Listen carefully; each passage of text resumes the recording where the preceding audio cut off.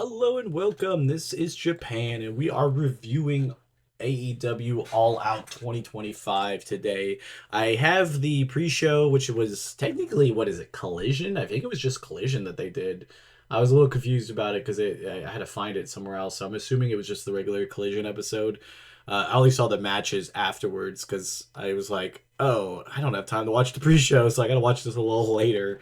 But I did watch them, and then we had the giant match card. So we'll talk as much as we can about a lot of this and rate them from S to D tier. But with AEW, I'm going to be honest, I get match fatigue with these, so I'm going to do the best I can to rate them the best I can. And I know they're a little out of order now that I'm seeing it, so I might swap around a little bit because I know the women's match was much later. So we'll jump into it and do that. So we'll start with, I guess, Collision to a certain extent. It was the Ops versus the Workhorsemen.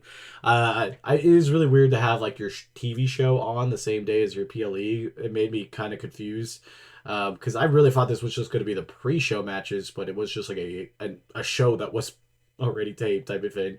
Honestly, this first one just felt like an extended like squash match. I didn't mind it to a certain extent. I like Powerhouse Hobbs. I like Samoa Joe, so I thought that was kind of cool. I probably put this. I don't know. It was an extended squash match. Did it really do anything too crazy? I think I'd put it in D. I mean, it's just a squash match. There really wasn't much. Then we had Daniel Garcia versus Shibata. This one was definitely like a better match for this whole entire card, but I do feel like they've had better matches. Heel Daniel Garcia, I kind of like it. I kind of like what they're doing with it. I'd probably put this in C. I did like the match. I do think it could have been better. I was still kind of surprised that it wasn't like super gritty as much as maybe like I'm thinking maybe the first one. I can't remember exactly the matches that they've had, but I know there's one I really really like compared to the rest of them, so it makes it a little bit harder. Next one was it was Hologram and the Paragon versus Frat House. I really don't even understand this match. It was 3 minutes long, really nothing much in it. I'm just gonna put it down in here, which kind of sucks because I really like Hologram, and it just kind of felt pointless to have this match. Then we had the match that honestly I was the most excited for on this brawl thing is the 8 women tornado tailgate brawl match. Um, it was a lot. I really didn't. I didn't expect a ton from this match, but I thought with the people that were in it, we were gonna get some crazier spots. I think I'd put it slightly better than the rest of the matches. It was probably my favorite ish on the card, but just because I like the people in it. But I feel like a lot of it is because I like the people. Because I'm a big Mina Shirakawa fan. I like Willow Nightingale, and I love Megan Payne. So I just there was so many that I liked that I think I just kind of liked it because of the people in it. But I don't think it's a good match, so I'll put it down and C. Then we get to our first, I guess, all out match. It would be Adam Copeland and Christian Cage coming back together against FDR. This kind of felt like a nostalgia baiting match. The match itself, I thought, was okay. But by having like Bev Phoenix or Bev Copeland now coming back and saving him, making his debut type of thing, I thought was cool.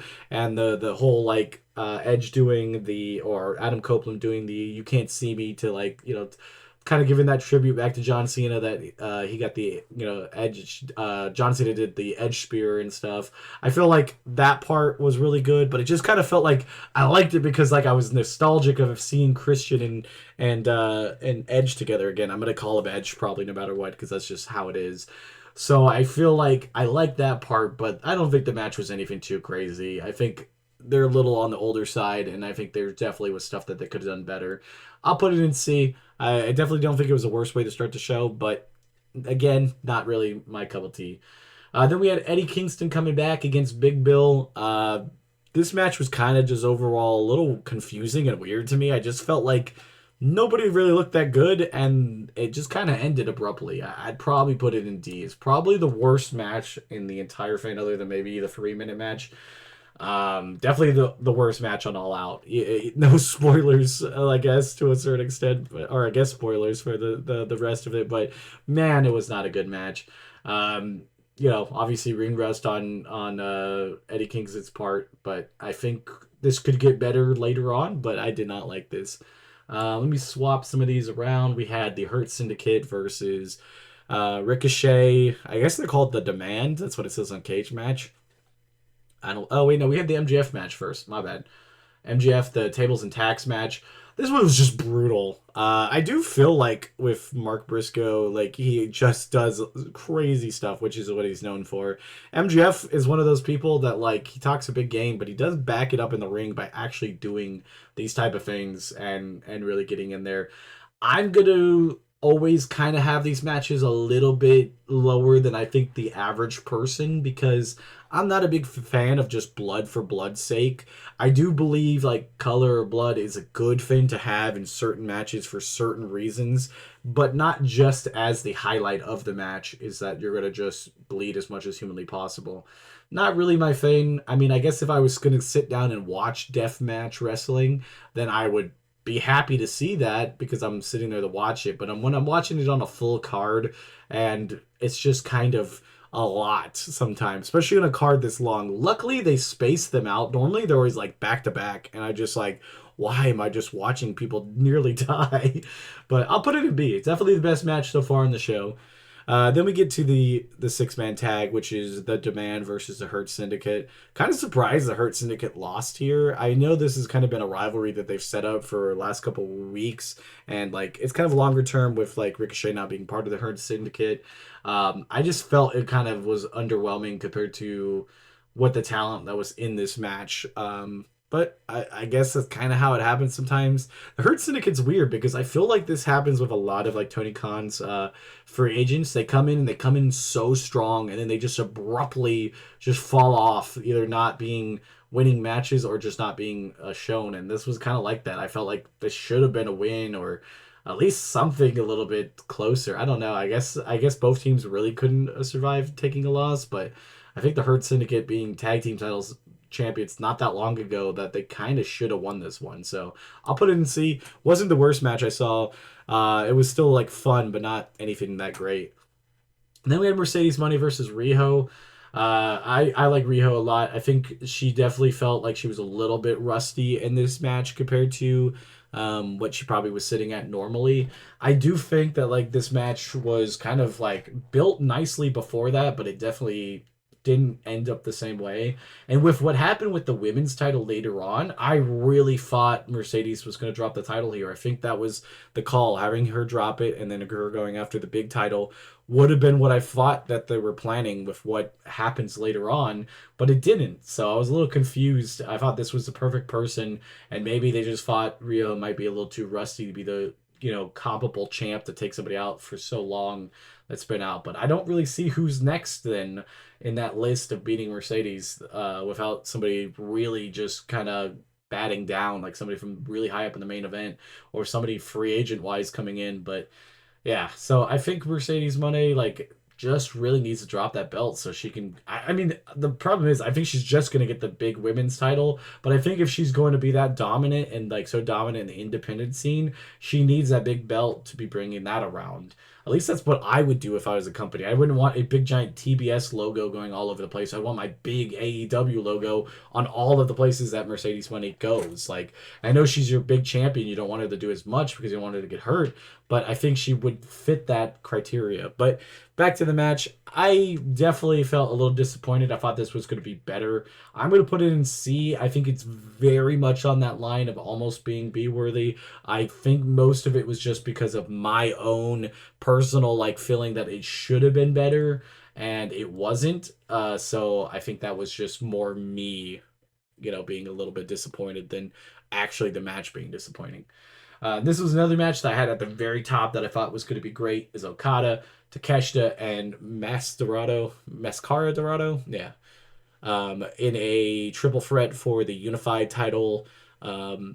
Honestly, they had the whole like tournament thing going into this, made this build really good, and I really did like this match. This is definitely one of those matches if you were going to watch any on the card, I think this would be the easiest to watch, and you don't need to understand even the politics outside of it to a certain extent, and it'd still be a fun match. I think I would comfortably put this in S tier. I think it was one of my favorite matches of the night. I'd say one because I like when you think about it and start putting it up here, there might be something that's up at in S tier also. But at the moment, I think it still deserves to be up there, and it deserved to be later on the card. I really think it should have been the second to last match. I really do. I feel like they should be treating that unified title almost as a second big title, and with having it on Okada and him especially retaining for so long and having it for so long, this would have been another. This is another big signature win for it, so it should have been towards the main event. Next up, we have the coffin match: John Moxley versus Darby Allin. This is just insanity. I really don't know what else to say. It's just insanity. That's kind of how coffin matches are in general, but the brutality between these two was insane. I'd put it in B. It was entertaining. Same thing with the matches also in B with the thumbtacks and tables. It was nasty, brutal, bloody, everything that you could think of. And if it's your thing, you probably rate it higher. If it's not your thing, you're probably gonna have it where I have it in B. Next up, we get to the women's championship. Now, this was the most shocking. I did have Chris Statlander winning. In my prediction video, I did pick her. I really thought if they were going to pull the trigger on giving the title to somebody else, this would be the event, and this would be the person to do it because Thekla would be a good shot, but it's not kind of what they're doing. Um, you know, Jamie Hayter has been up there, but like she's main event worthy, but like they haven't really pulled the trigger. But Chris Statlander's been sitting there doing stuff for years and just being kind of like the next woman up in both titles. And this finally was her positioning where she needed to be. Now, the match itself wasn't that good. I don't know why it was so little time.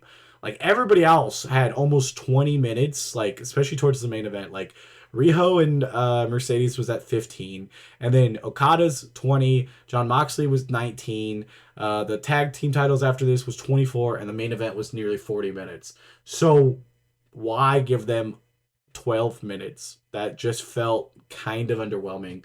I would put it in C. I definitely think almost the Riho and Mercedes money match was better. But it shouldn't have been to a certain extent because this match was loaded with talent. It just didn't live up to it. Then we go to a fatal four-way ladder match. Crazy crap here, man. They just had a lot of crazy stuff. I love the teams. All the teams were great. It was Brodito versus Jet Speed versus Don Callis family versus the Young Bucks. We obviously saw the return of Jack Perry and the Jungle Express with Luchasaurus. That part was pretty cool. I really do like that tag team for some reason. From seeing it like in the AEW Dark days, I watched so much Dark and Elevation, the one that was on YouTube all the time, even before I even knew AEW existed. Really, like I just watched those ones, and I didn't know any storyline or what the product was or who owned the product at that time. I just watched matches, and I remember them being a lot on there, and I thought they were a pretty fun tag team because they just kind of felt out of place, but like almost like you liked them. So it was kind of cool to see that in this. This match itself, I thought was really good. There was some really nasty feints. The Mike Bailey kind of like dive and or was it backflip and miss and land right on that ladder was pretty nasty to see. But I think this was a really solid match. I'd put it in B. I just feel like I said, I think this match should have been on a little bit earlier, and like the unified title should have been in between there. I think it would have made the overall flow of the matches a lot better too. But this one was still nothing to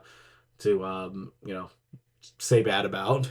Then we get to Adam Page and Kyle Fletcher. This one I've gone back and forth. I think it's really entertaining.